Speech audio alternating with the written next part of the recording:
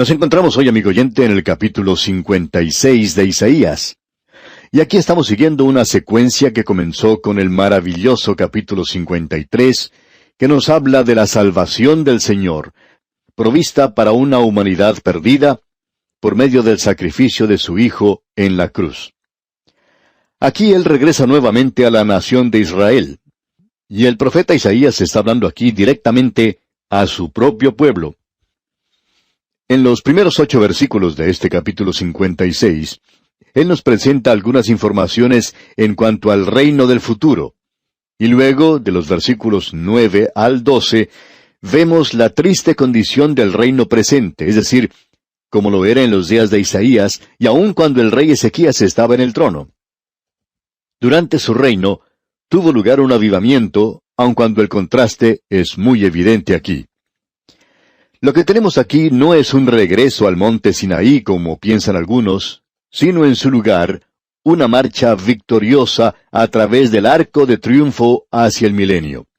Es un movimiento hacia adelante, lo cual es el resultado lógico de lo que ha precedido a esto. Pertenece en particular al pueblo de Israel, y de allí se irradia hacia un círculo que se amplifica, incluyendo beneficios globales. Todo esto descansa en el nuevo pacto que Dios ha hecho con Israel, y será una bendición. Y entonces la ley que el Señor Jesucristo elevó a su nivel máximo en el Sermón del Monte, será ejercida aquí, porque Él estará reinando, y eso será su voluntad y será su ley. El énfasis de este capítulo es, por tanto, en cuanto a ética y no a los sucesos. Es en referencia a la práctica y no a la profecía. Esto es algo que debería influenciarnos hoy porque hay muchas personas que piensan que el estudio de la profecía es algo para entretenernos, para satisfacer la curiosidad del intelecto. Sin embargo, esto es para animarnos a que vivamos santamente. Usted recordará que el escritor del Nuevo Testamento, el apóstol Juan, en su primera epístola, capítulo 3, versículo 3, dice, «Y todo aquel que tiene esta esperanza en Él, se purifica a sí mismo, así como Él es puro». Así es que aquí tenemos una esperanza purificadora. Él está echando ahora una mirada hacia el reino. El Señor está reinando. Usted recuerda que en el Sermón del Monte, Él elevó a la ley a su máximo nivel. Él hace que sea absolutamente imposible para que cualquier persona llegue a ser salva por medio de la ley. Por ejemplo, Él dijo allí, «Pero yo os digo que cualquiera que se enoje contra su hermano será culpable de juicio, y cualquiera que le diga necio a su hermano será culpable ante el concilio, y cualquiera que le diga fatuo quedará expuesto al infierno de fuego». Hay muy pocos de nosotros en el día de hoy que no somos culpables, tenemos que decir de paso. Basándonos en esto, yo no podría ser salvo. Pues bien, amigo oyente, tenemos un Salvador que sí nos salva. Pero cuando Él esté reinando aquí en la tierra, créame, amigo oyente, no habrá nadie que secuestre un avión. Podremos caminar por las calles de nuestras ciudades y de Jerusalén sin ningún peligro, y la tierra va a ser un lugar de seguridad en aquel día. Todos podrán morar en paz bajo su propia viña e higuera, y eso quiere decir que Él va a ser un capitalista. Cada uno va a tener su propia propiedad. En realidad, amigo oyente, usted no va a tener que pagar ninguna clase de impuestos en aquel día para mantener algún sistema escolar que no funciona o lugares de estudio que son quemados periódicamente y destruidos sin ningún sentido. Y hay mucha gente hoy que está sufriendo demasiado con el pago de los impuestos. Amigo oyente, esto es algo que no puede continuar. Cosas como estas en algunos países precipitaron una revolución. Las cosas no pueden continuar de esa manera hoy, y es hora que los políticos se den cuenta de eso. Lo hermoso en cuanto al milenio, amigo oyente, es que cada hombre será el dueño de su propiedad y no tendrá que pagar impuestos. Eso será algo hermoso, ¿no le parece? Eso será en el milenio, digamos de paso. Escuchemos ahora lo que dice el primer versículo de este capítulo 56 de Isaías. Así dijo Jehová, guardad derecho y haced justicia, porque cercana está mi salvación para venir y mi justicia para manifestarse. Ninguno de los profetas anticipaba un largo período de tiempo antes del establecimiento del reino. Ellos reconocían que iba a haber un intervalo de tiempo, pero ellos también hablaban de esto en el futuro inmediato. Y la salvación de la cual se habla aquí es la salvación nacional de Israel. Eso era lo que pensaba el apóstol Pablo cuando escribió allá en su carta a los Romanos capítulo 11, versículo 26. Y luego todo Israel será salvo, como está escrito, vendrá de Sión el libertador que apartará de Jacob la impiedad. Esto es en anticipación a la salvación que se acercaba, y porque se estaba acercando, tendría que haber un incentivo. Tal cual lo hemos dicho, tenemos la esperanza de su venida. Así que esto es un incentivo para nosotros, para que vivamos una vida santa hoy. Luego en el versículo siguiente, el versículo 2, leemos, Bienaventurado el hombre que hace esto, y el hijo de hombre que lo abraza, que guarda el día de reposo para no profanarlo, y que guarda su mano de hacer todo mal. Usted puede apreciar que esto es para un pueblo que estaba nuevamente guardando el día del sábado, y esto será restaurado después de este día de gracia en el milenio que tendrá lugar aquí en la tierra. Esto tendrá lugar durante el milenio. Hoy estamos viviendo en un día cuando se nos dice con toda claridad que ningún hombre debe juzgarle a usted en cuanto al día del sábado. Por tanto, nosotros no estamos bajo esto, lo que según creemos debería ser evidente para cualquiera. Pero esto no quiere indicar que Dios no tiene la intención de restaurar eso en la tierra cuando Él reine aquí, y que la ley saldrá de Jerusalén. Y ahora en el versículo 3 leemos, Y el extranjero que sigue a Jehová no hable diciendo, Me apartará totalmente Jehová de su pueblo, ni diga el eunuco, He aquí yo soy árbol seco. Y el gentil en aquel día no se va a sentir como que es uno de afuera a causa de este arreglo particular de Dios con Israel. Por el contrario, él es invitado a entrar y a compartir las bendiciones, y un eunuco no actuará como sacerdote bajo la economía de Moisés, es decir, que una limitación física en aquel día no va a dejar a nadie por fuera. Luego en los dos versículos siguientes, los versículos 4 y 5 leemos, Porque así dijo Jehová, a los eunucos que guarden mis días de reposo y escojan lo que yo quiero y abracen mi pacto, yo les daré lugar en mi casa y dentro de mis muros, y nombre mejor que el de hijos e hijas. Nombre perpetuo les daré, que nunca perecerá. Es decir, que las limitaciones físicas de los extranjeros, de los proscritos y desterrados, todos ellos son invitados tierna y bondadosamente de parte de Dios para ocupar una posición que es mejor que la de un hijo o una hija, y de una confianza que es para siempre. Ahora, la ley no podía hacer eso, ni tampoco lo daba. Usted puede apreciar, amigo oyente, que es elevado a su máximo nivel. Estamos hablando aquí acerca del milenio. Luego el versículo 6 dice, Y a los hijos de los extranjeros que sigan a Jehová para servirle, y que amen el nombre de Jehová para ser sus siervos, a todos los que guarden el día de reposo para no profanarlo y abracen mi pacto. Usted puede apreciar que el extranjero recibirá un nuevo corazón para que él pueda amar al Señor en aquel día. Y en el versículo 7 continúa diciendo, Yo los llevaré a mi santo monte, y los recrearé en mi casa de oración.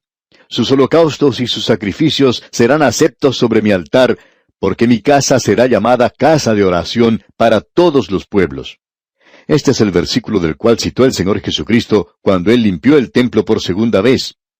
La intención original de Dios era que el templo fuera utilizado por toda la gente, no importa cuál fuera su raza, color, clase o condición. Pero no funcionaba de esa manera durante los días del Señor Jesucristo. La iglesia hoy está muy alejada de su objetivo principal, de la misma forma que lo estaba el templo en aquel día. La iglesia hoy se ha convertido en un club campestre. Muchos han abandonado las grandes ciudades, se han dirigido a las zonas residenciales donde se sirve buenas comidas y hay buenos equipos deportivos. Pero hay muy pocos de sus miembros interesados en trabajar para ganar almas para Cristo, que es lo lamentable. No se encuentra muchos obreros preocupados por llevar a los perdidos al Señor. Y ahora el versículo 8 dice, Dice Jehová el Señor, el que reúne a los dispersos de Israel, aún juntaré sobre él a sus congregados. El reino tiene que ser algo mundial en este sentido, e incluirá a miembros de cada familia de la raza humana. Dios dice que en aquel día Él juntará o reunirá a la gente. Opinamos que el gran avivamiento del regreso de Cristo tendrá lugar en el milenio. Ahora con el versículo 9 comenzamos la segunda y última sección. La primera parte fue algo maravilloso, ya que allí se trató el reino futuro. Pero, ¿qué acerca de la situación del reino presente? Usted puede observar a su alrededor hoy. Isaías dice aquí en el versículo 9, todas las bestias del campo, todas las fieras del bosque, venid a devorar. Ahora cambia nuestra visión de la contemplación de las glorias del reino futuro a la triste condición del reino que existe ahora. Dios ha permitido a las naciones del mundo que entraran a ese lugar como bestias salvajes y feroces, y ellas están robando a su pueblo y cometiendo toda clase de pillaje. Ya habían entrado los asirios, ya estaba próxima a entrar Babilonia, y otros seguirían después, vendrían a destruir. Si usted ha observado alguna vez fotografías de Jerusalén, no puede dejar de notar que las rocas y los muros de esta ciudad, así como también el muro de los lamentos, muestran muy evidentemente que esta ciudad ha sido destruida. Y eso ocurrió por lo menos 27 veces. Y en el día de hoy ha sido reedificada sobre los escombros. Y si usted quiere ver cómo era el terreno en la época de Cristo, bueno, uno tiene que descender por lo menos 10 o 15 metros debajo de la superficie actual. Dios permitió que eso ocurriera, amigo oyente. ¿Por qué? Porque ellos le habían fallado. En el versículo 10 tenemos algo muy destacado. Leamos. Sus atalayas son ciegos, todos ellos ignorantes. Todos ellos perros mudos, no pueden ladrar. Soñolientos, echados, aman el dormir. Aquí tenemos un cuadro de los profetas y los sacerdotes. Aquellos que hablaban con Dios en aquel día. Ellos eran los atalayas. Eran ciegos, eran ignorantes y eran perros mudos. Usted recuerda que el apóstol Pablo dijo en su carta a los Filipenses, capítulo 3, versículo 2, «Guardaos de los perros». Y esto no era para que los carteros tuvieran cuidado con los perros cuando entregaban la correspondencia. Tampoco es para que uno tenga cuidado cuando visita a una persona extraña y le sale algún perro ladrando. Él está hablando aquí de algo que era muy común en esos días.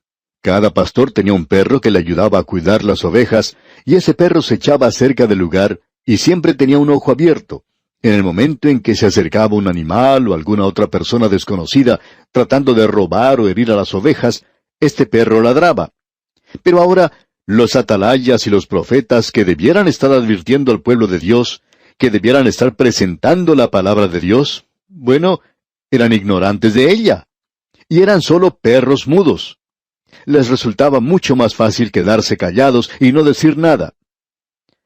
Según nuestra opinión, el liberalismo entró a causa de la posición cobarde que tomaron algunos ministros. Cuando uno predica la palabra de Dios, uno por lo general pone su dedo en la llaga.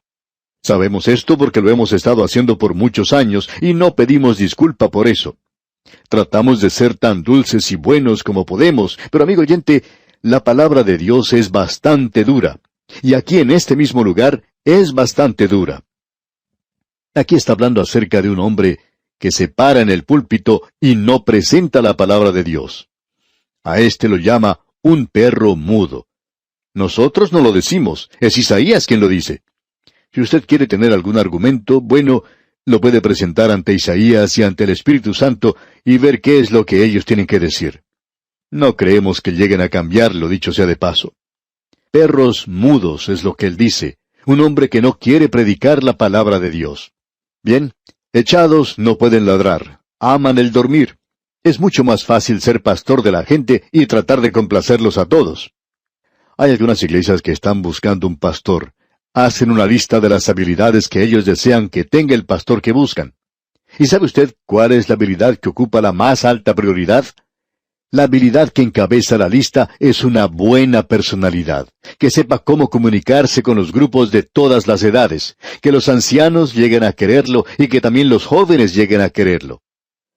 En realidad, amigo oyente, algunas de estas personas nunca enfatizan en cuanto hacia esta persona que buscan puede o no puede enseñar la palabra de Dios. Y como resultado de esto, bueno, uno tiene estos perros mudos en el día de hoy. Sentimos mucho haber dicho esto, amigo oyente, pero Isaías lo dijo primero que nosotros. Sigamos adelante con esta descripción que hace Isaías en el versículo 11 de este capítulo 56. Y esos perros comilones son insaciables, y los pastores mismos no saben entender. Todos ellos siguen sus propios caminos, cada uno busca su propio provecho, cada uno por su lado. Son perros comilones. En otras palabras, ellos dicen, ¿qué provecho hay para mí personalmente? Ellos están más preocupados por sus propios intereses personales que por el bien de su pueblo. Personalmente opinamos que esto aquí indicaría que uno no debería predicar la palabra de Dios. Ahora, cierto predicador dijo en una ocasión a otro predicador que tenía un programa radial, «Ustedes hablan demasiado fuerte en la radio».